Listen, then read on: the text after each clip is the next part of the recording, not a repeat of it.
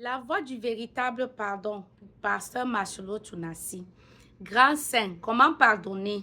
Grand 1, les principes conduisant au pardon. Grand F, rechercher à obtenir la guérison des blessures intérieures. Bien-aimé, qui soigne votre âme? Car vous ne pouvez valablement pas vous soigner vous-même.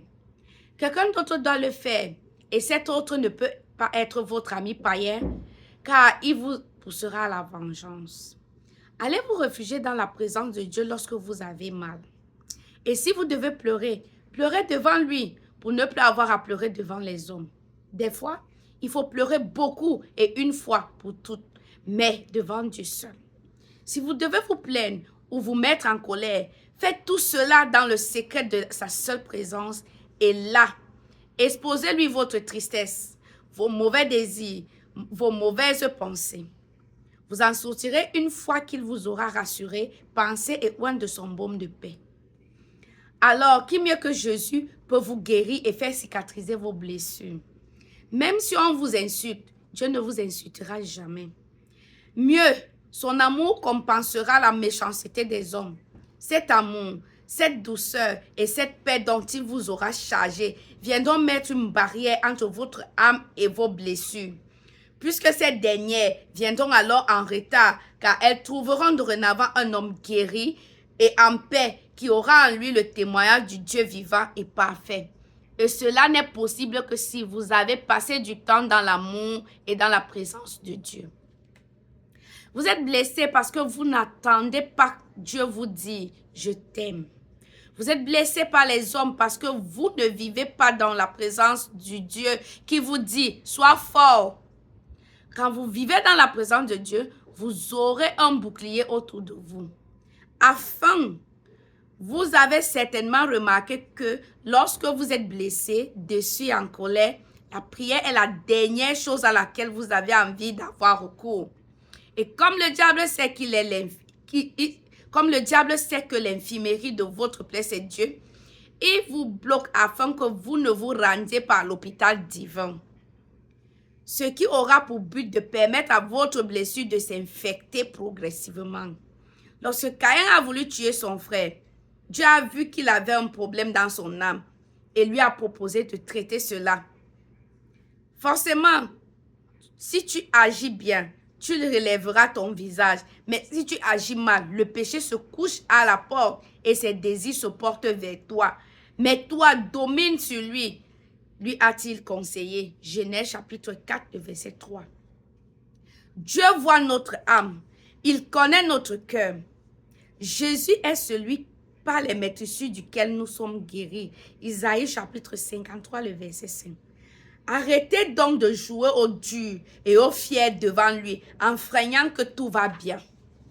Allez plutôt vous agenouiller devant votre Père et prier jusqu'à ce que la colère passe et que la blessure se referme.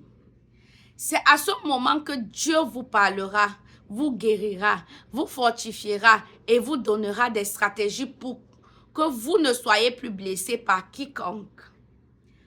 Donc, ne ratez pas le ciel à cause de la rancune causée par ces blessures que vous n'avez pas pensées. Laissez l'amour de Jésus-Christ vous remplir et vous serez capable d'aimer même vos ennemis car vous serez mort en vous-même. Grand G, mourir en soi-même parmi les principes qui mènent au pardon. Nos réactions immédiates face à une offense, à une critique, révèlent que nous sommes encore vivants. Or, les morts ne répondent pas. On peut les agresser, les insulter et les critiquer, mais eux, ils n'entendent ni ne répondent. La Bible dit dans Luc chapitre 23, le verset 33 à 34. Lorsqu'ils furent arrivés au lieu appelé crâne, ils le crucifièrent là, ainsi que les deux malfaiteurs, l'un à droite, l'autre à gauche. Jésus dit, « Père, pardonne-leur, car ils ne savent pas ce qu'ils font. » Ils se partagèrent ses vêtements en tirant au sort. Jésus était un crucifié qui pardonnait. Pour pardonner, il faut mourir à soi, parce que les morts ne réagissent pas. Vous devez mourir à vous-même pour pardonner. Un chrétien charnel est un chrétien dont la personnalité et l'orgueil sont encore vivants en lui. Il a ainsi du mal à pardonner à celui qui le touche ou qui le frappe, car il ressent le moindre acte ou la moindre parole comme une agression de sa personne. Ce qui n'est pas le cas du chrétien spirituel qui encaisse l'offense sans broncher. C'est pourquoi tous les chrétiens doivent connaître le brisement. Un thème qui devrait d'ailleurs être prêché et enseigné plus souvent dans les églises. C'est ce brisement qui sera testé. Quand Jésus-Christ est mort, ils sont venus avec une lance tester sa mort. Il en sera de même pour chacun d'entre nous. Quelqu'un viendra toujours tester notre mort à nous-mêmes. Imaginez seulement Jésus faisant semblant d'être mort ou étant évanoui. La lance enfoncée dans le côte lui aurait forcément arraché des cris de douleur. En conséquence, chrétiens, ne soyez pas des évanouis spirituels, soyez des morts. On vérifiera à coup sur votre état. Luc chapitre 6, le verset 29. Si quelqu'un te frappe à une joue, présente-lui l'autre, aussi l'autre. Si quelqu'un prend ton manteau, ne l'empêche pas de prendre encore ta tunique.